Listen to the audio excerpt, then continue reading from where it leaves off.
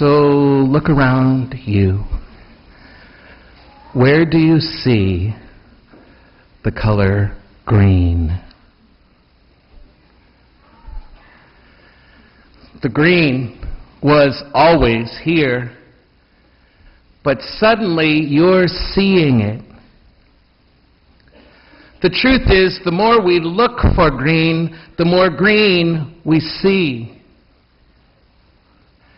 Something like that needs to happen for us tonight, but not with the color green. It's been 10 days since the unraveling of things in Newtown, Connecticut. Some of the images of people in agony will stay with us a long, long time. It's impossible, really, to put into words the enormity of the pain. And yet,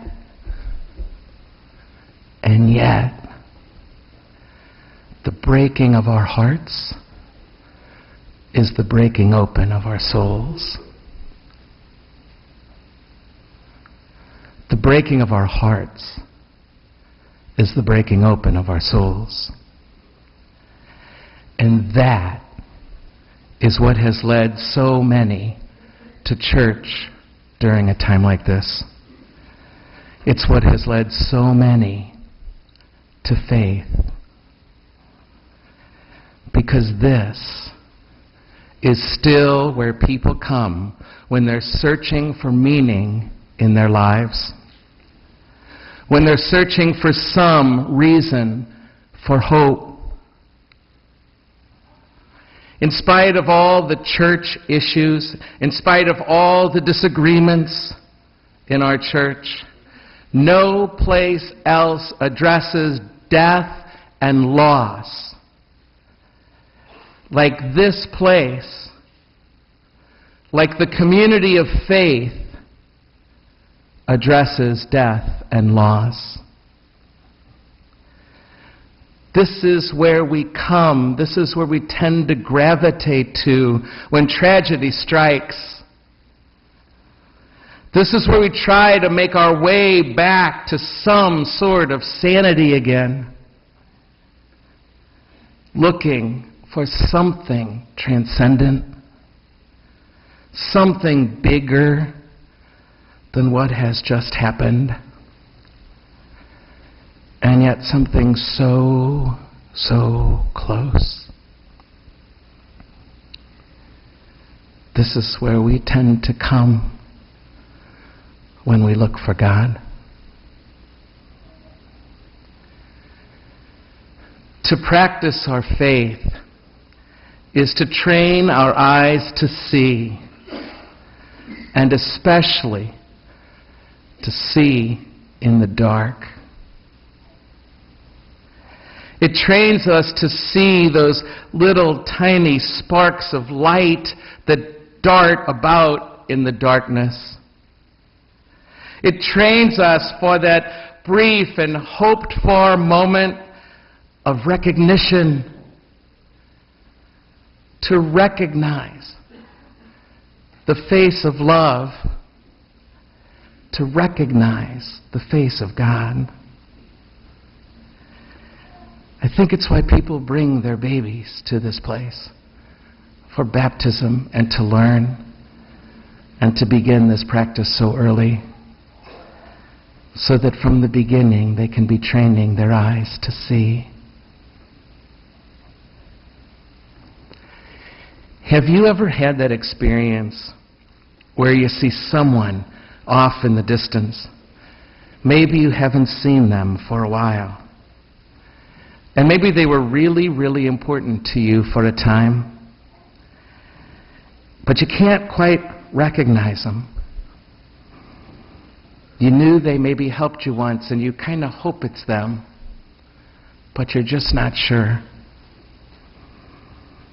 And then you begin to think, oh my God, is that you? Is that really you?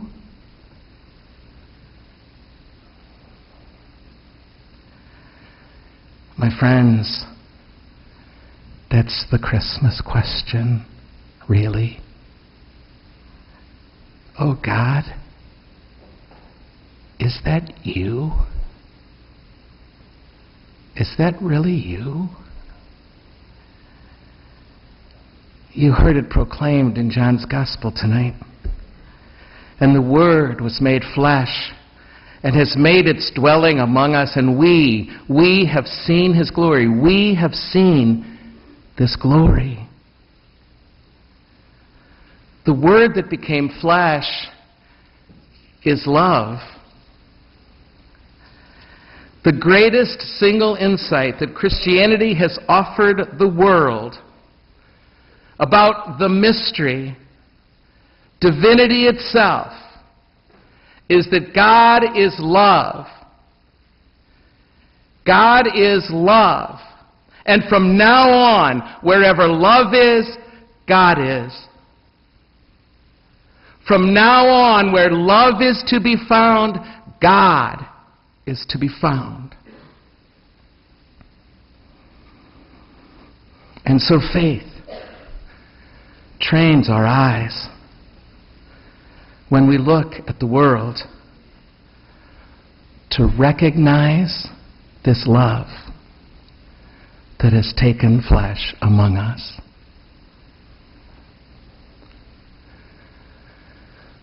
One man, responding to the gut-wrenching images coming out of Newtown, recounted what his mom taught him when he was a little boy, and tragic things would come up in the news. To help him cope and to see beyond that which was just horrible, his mom would say to him, look at all the people helping. Keep your eyes on the helpers. The man went on to say that to this day, when tragedy strikes, he sees the helpers. Dare we believe that God is there when evil rages at its ugliest? A teacher huddles with scared kids in a corner to protect them. And we think, oh God, is that you? Is that really you?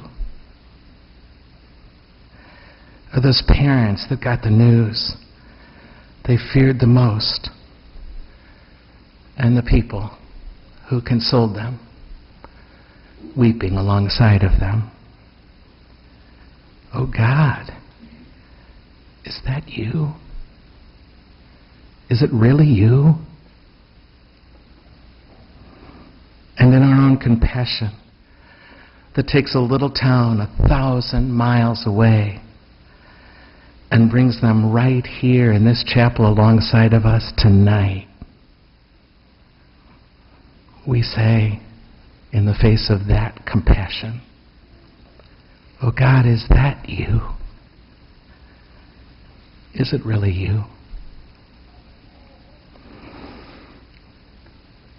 Christmas celebrates that love is there, bursting forth in small ways and in large. And if we get good at seeing the color green because we're looking, we need to look at all those places in the world where love is taking flesh. We need to get good at seeing love in this world. In that husband who sits across from you at breakfast with all those whiskers shooting off his cheeks. Or that wife of yours of many years who sits there at that same breakfast in her night clothes, which look more like a sleeping bag. Oh God, is that you?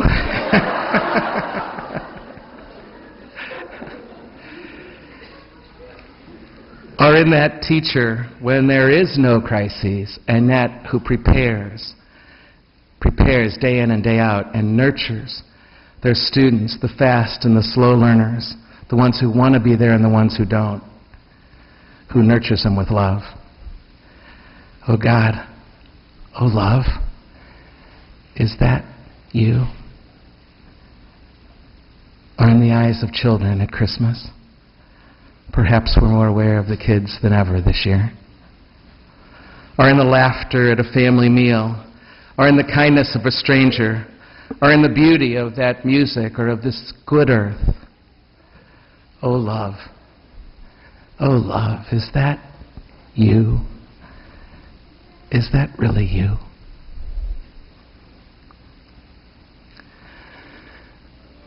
My friends, like that color green, we did not even notice until we were looking for it.